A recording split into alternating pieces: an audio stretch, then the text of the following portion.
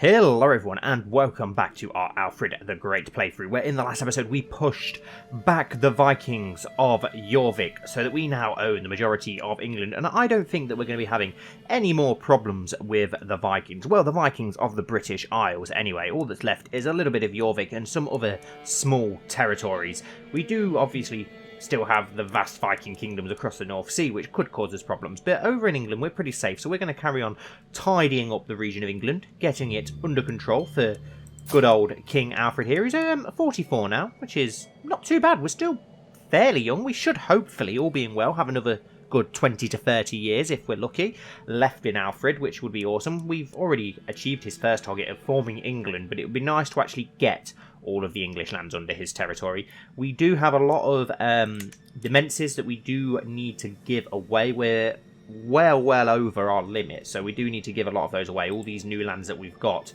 up north, obviously, like Leeds, York, Bridlington, we've got a lot of land up north that we do need to give away to people in our court. So let's have a little look. We do have our youngest son who I want to give lands to, but I don't want to give him lands just yet until he is a little bit older. So let's have a look who we have got in our court. We've got this guy. Who's this guy? He's Catholic and Swabian. I'd rather go for Anglo-Saxons if possible. We've got this guy, Alfred Fleal, who is Welsh, a Welsh Catholic. He's a possibility, maybe. We've got Sigbert, who's a Catholic Anglo-Saxon. Perfect. So we will grant him the titles of, let's have a look what we've actually got. We've got a lot of land down south still, and then all this land up north. I'd like to keep York itself, to be honest. Let's give him the barony of Brindleton. Why not? We do have all these other lands with it, but we'll give those to other people. We'll raise several small vassals and then put people in charge of them afterwards. Right, let's go back on our court. Still got lots to give out. Could we look at this guy? He's a Lombard. We've got a Catholic Lombard. We could possibly give him lands. Let's just see if there's any more Anglo-Saxons first. We've got some who are in our actual court. Our Spy Maester, who was Slovenian. Ah, yes, I remember him now. We've got our son, and all, that's it, really. I don't think we can grant titles to our daughter, can we? No, unfortunately. Maybe the Welsh guy. We could give some lands to the Welsh guy. It's a shame that we can't give that land in Wales to the Welsh guy. Let's see what we could give him. We can give him the lands of... Let's give him East Riding. Why not? Grant title. Perfect. There we go. He's a new vassal. Welsh, he's a little bit far from home, but I'm not sure he's not going to mind. He'll probably become Anglo-Saxon anyway. And we're going to have to give this Lombard guy some titles up in the north as well. Let's give him... What have we got left? We've got North Riding. We've got... I would like to keep Leeds. What have we got here? Earldom of West Riding. Yeah, let's just send him that. He becomes our vassal. Perfect. And we're back under the domain limit now, which is perfect. I did want to keep York itself for now. Perfect. We do still have the Kingdom of Kent that I want to give away, but I'm going to give that to our other son when he comes of age. We're going to grant him Dover and then make him a duke. He was intelligent as well, so he's pretty impressive. Right, what else can we do? We can create the Duchy of Cornwall. We can usurp the Jarldom of Jorvik, but I think we need 250 gold to do that. Yes, we do, so we're going to have to wait for a little bit of gold. We can ask the Head of Faith for gold. What is the Pope's current opinion of us? It's plus 35. It will lower by 20. Do you know what? 170 gold. Yeah, let's ask for the gold. Let's take advantage of that, and then we can usurp that. We have low county in the North Riding. Yeah, well, that was always going to happen. We're currently already trying to improve that elsewhere. Let's unpause so we can let time pass by. Let our troops replenish, let our gold improve. We've still got tons of prestige anyway. Our faction targeting us has disbanded as well, a rebel faction. We did inherit lands in Wales and in Northern Ireland as well in the last episode, which is interesting. I think Ethelred, was it Ethelred? Ethelbert, our good old lord over here of Gloucester. Elfric, sorry, that was it. He took those Welsh lands, and then I think our Lady of Lancashire took the lands in Northern Ireland. Greetings, King Alfred of England. I've considered your plight and decided to grant your request. May these funds help you spread the true faith in your land. Praise St. Matthew, here comes the tax refund. Beautiful. We do have to spend a bit of piety, but that's fine. We've got plenty of piety anyway. So let's... Is that going to... it's only going to take that actual bit of land, so I don't know if I want to do that. Do you know what? Instead, let's... got a little bit of lag for some reason. I do apologise. Let's create the Duchy of Cornwall, which costs 250 and gains us 300 prestige. Create. Perfect. There we go. And then we can give that to... Who have we actually got down here? We've got the barony here, the baron there, who is actually Cornish. And then who did we have in Devon again? It was... Prince Ethelred owns that. Interesting. When did he get Devon? I don't remember giving him Devon. The barony of Exeter. I don't remember giving it to him. I remember giving him Dorset and Somerset. But we will give... Now I don't know whether to give it to our son instead. You know what I am? I'm going to grant it to our son instead. Grant titles. Let's give him the... Oh, can we not actually give it him? We have created it. I don't think that we can actually give it to him. So, no, the Petty Kingdom are there. Under partition, your realm... okay. Yes. We will give it to this guy in Cornwall instead then. This Cornish guy. Let's grant titles. The Petty Kingdom of Cornwall. Grant. Perfect. Your vassal, Earl Cunnack, now holds the Petty Kingdom of Cornwall. Perfect. Spouse's skills has improved our diplomatic expertise. Clear all notifications. That was a handy little mod that I've downloaded because, as I was saying, it was really, really annoying me having to get rid of them bit by bit. But there's a nice little mod that you can find easy enough on the workshop where you can just clear all notifications in one go. Edbur comes of age. I'm proud to see my daughter no longer as a child, but as an adult with sufficient tutelage. Even a child that displays little natural inclination towards diplomatic influence such as Edbur can come to truly understand it. With an excellent grasp of all manners of etiquette and understanding of all kinds of entertainment and the eloquence to go with it, she will have little trouble navigating a life at court. Queen Ethelred's contributions toward Edbur's education cannot go unmentioned. Her lessons have given Edbur valuable knowledge for her future life. They grow up so fast. She's already got 50. How good's her diplomacy going to be then? 19. Wow. That is really good for a 16-year-old. And who's she betrothed to? To King... yeah. Oh, is he actually the king now? Oh, no. He's the prince. Okay, yeah. Nice. That's pretty cool. Okay, so, unpause. Carry on. I don't know what other issues we've got. We can declare 4 wars. Holland, yeah, there's nothing really there that I want to go for at present. 2 powerful vassals. Yeah, the Duke of East of Essex. Okay, he's got decent intrigue. And he is actually better than our current spy master. So, do you know what? We will go for him, keeping him happy. Yes, there we go. And the other one's our son. And he's got a good opinion of his anyway, so we can get away with not giving him that council position. It's literally just about recovering now, waiting for this truce to end with Halfdan, which I'm not sure when does our truce with him end. It will break the truce. Declaring war will break a truce. You gain broke truce for 3 years.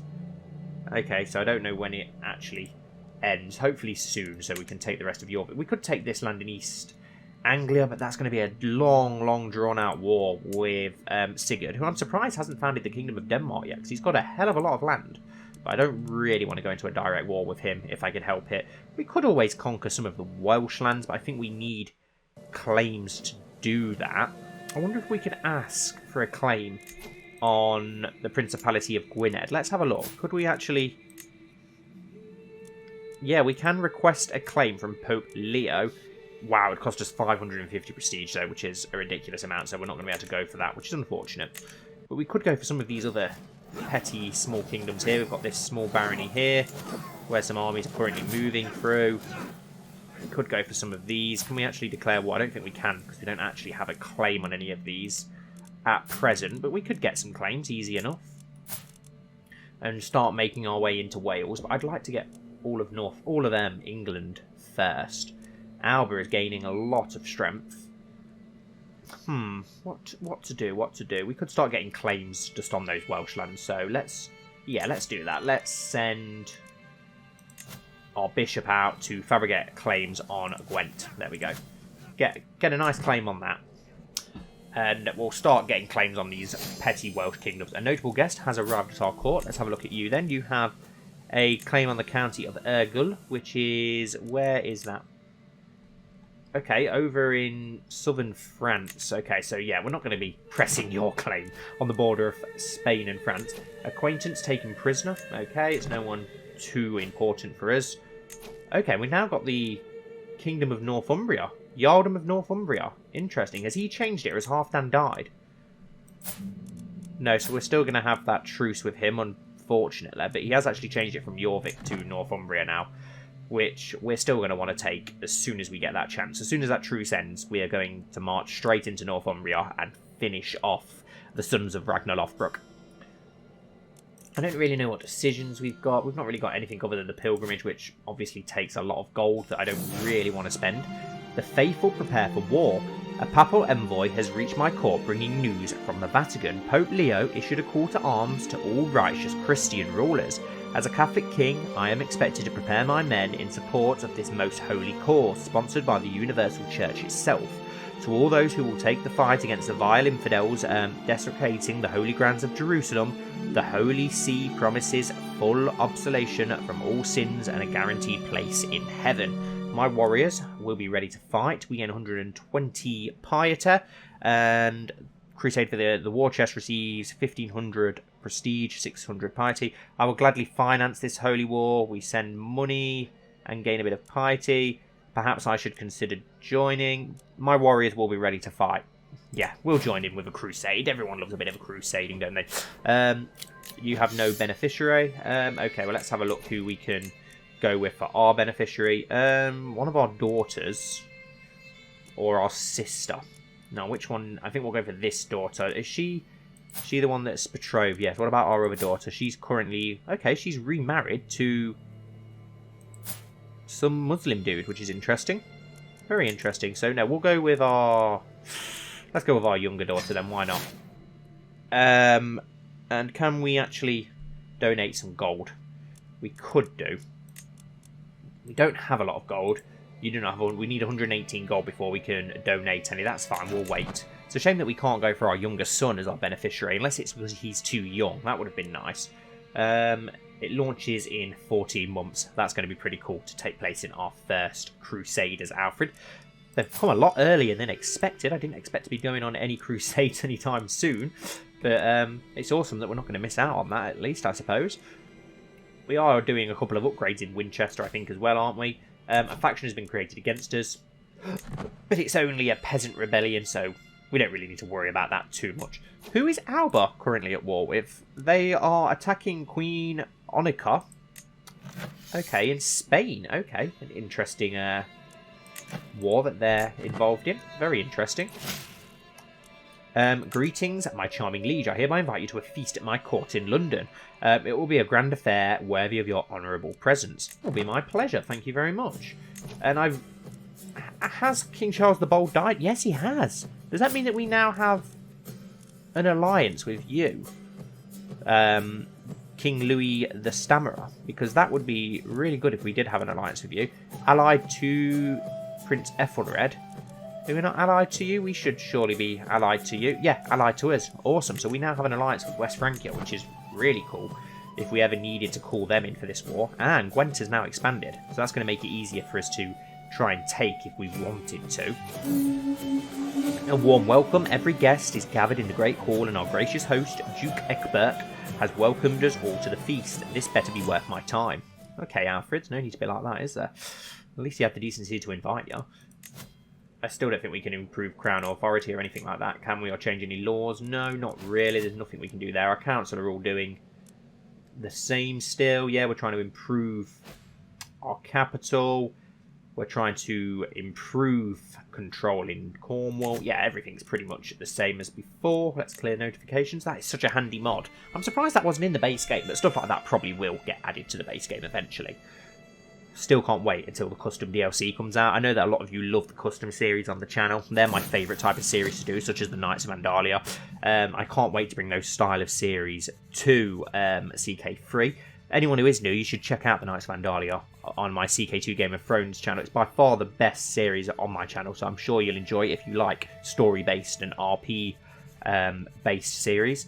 The Young Meditor.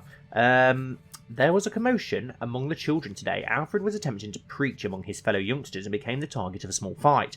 Osbert intervened and managed to stop the fight before anyone got hurt. Remaining calm in the face of pressure is incredibly important. Osbert keeps the trait calm. Okay, which daughter is this? Ah, she's another daughter that we had with the quick trait. Awesome. We could do with getting her a nice betrothal then. Doesn't our son have intelligent? Let's try and find him a spouse. And I'm going to go for someone who is also intelligent or a genius. That would be really, really cool. If there's any young enough. Most of these are very, very old. Hopefully there's one with intelligence or genius or even quick will do. Just to try and keep that spreading. Maybe there's not going to be any young enough. Most of these... Okay, there's a 14-year-old, but she doesn't have anything. We can look again in a few years, but it's worth checking just in case. You never know if there's anyone that we could get a betrothal for with him. I don't really care about the culture or religion and stuff like that. I just want to try and see if we can get some very good genes running through him. He doesn't look like there's anything really at present, so we'll look again in the future. Oh, and his hair's grown very nicely now. Very nice indeed. And we can now possess, wow, 4,500 men almost, which is impressive. We can call upon a lot of more men than we could originally. See, I know we could go for war for Sigurd, but I don't want a huge, huge war for the sake of a tiny bit of land such as Norfolk here. It's going to be a lot of manpower and a lot of time and effort to gain that little bit of land, and we're going to have to sail over it. Oh, it's so grueling to have to do that. I'd rather take Northumbria first. Greetings, my benevolent liege. I hereby invite you to a feast at my court in Derby. It will be a grand affair worthy of your honourable presence. It will be my pleasure. Yeah, let's try and get on side with some of our courtiers a little bit more and our vassals. Every guest is gathered in the great hall, and our gracious host, Countess Ethelfled, has come to us all, has welcomed us all to the feast. I cannot wait to meet everybody. I really want to get Nottingham back as well, which is annoying. Just because it's just plonked directly in the middle of our land. Hidden meaning, the other guests are laughing and chattering in the noisy hall, making it hard to focus on the gruel in front of me. I draw lines and engagements in the greasy sludge as I think of ways to counter various battle plans. As a splash of arrows rains down over the centre, this seems like it might work on a real battlefield. You gain Archer's Insight for 5 years. Nice. Who actually lives in this direct land? Oh, he actually owns it himself by the looks of it then, Jarl Sigurd, which is annoying. I was hoping maybe we could try and gain it through marriage or something, but it doesn't look possible. How much longer? No, we're still got to wait. The truce still hasn't ended. I could plot to murder him, but it's not very Alfred-like, is it? He's only got 800 troops as well now. He's 66. Surely he's got to die soon. Feast in awe. After extensive conversation over our meal, Wulfhild expresses that she admires how I am able to expound at length on any topic. She recognises true intellect, I see. She gets a better opinion of us, and we get 75 prestige for our troubles as well, which is very nice. All this prestige we've got, it's annoying that we can't use the prestige to improve our men-at-arms, and we can only do that through gold, playing as Alfred. As one plate of food is replaced by the next, my acquaintance, Edgith, goes on and on about troop compositions. And that was how we salvaged that mess. Are you sure I am not boring you, my lord? No, please do go on. Why don't we talk more about you instead? We lower our... Okay. That's pretty nice. We can lower our stress, which we only have a little bit of stress. And we gain 20% opinion with her. So yeah, we'll definitely go for that. That sounds pretty good to me. What a feast. I will remember the days spent in Countess Ethelfled's halls for a long time to come. Now it is time to wash off the traces of merriment and wine and once more resume my duties as Lord of the Realm. Farewell. We lose 55 stress and she gains 15% opinion of us as well, which is awesome. Very nice. Such a shame that we can't go and declare war on any of these Welsh kingdoms. It's like I've got the itch as an English king to invade Wales. It's what we do. Or Scotland, but we can't get to Scotland just yet. There's always the French, but I think it's too early for that. A night to forget. By God, this party is boring. Theodora has got to be the worst host the world has ever seen. How can mortal men be expected to endure this snoring celebration of mediocrity? My eyes cast about. Why did I go about? I went Canadian then. My eyes cast about the room, looking for a diversion. Any diversion. Course Sutton gives me a friendly wave from a nearby balcony. I've got to do something to stop this evening dragging. Perhaps I could get to know them better. I guess I'll just make the best of things. Theodora, you are a terrible host. We gain prestige, but they're going to lose opinion of us. I don't even know who Theodora is. Okay, Catholic Visigothic. It's just a guess. Do you know what?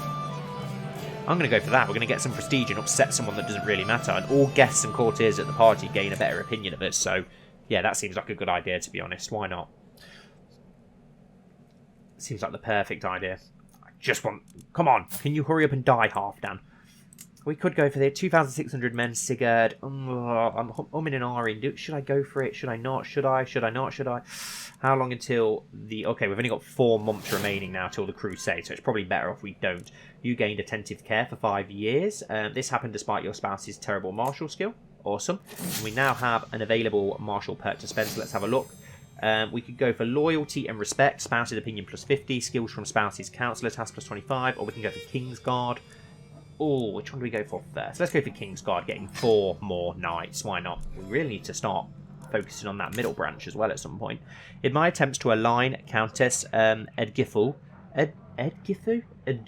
bloody Anglo-Saxon names, to my interests, I have found an opportunity.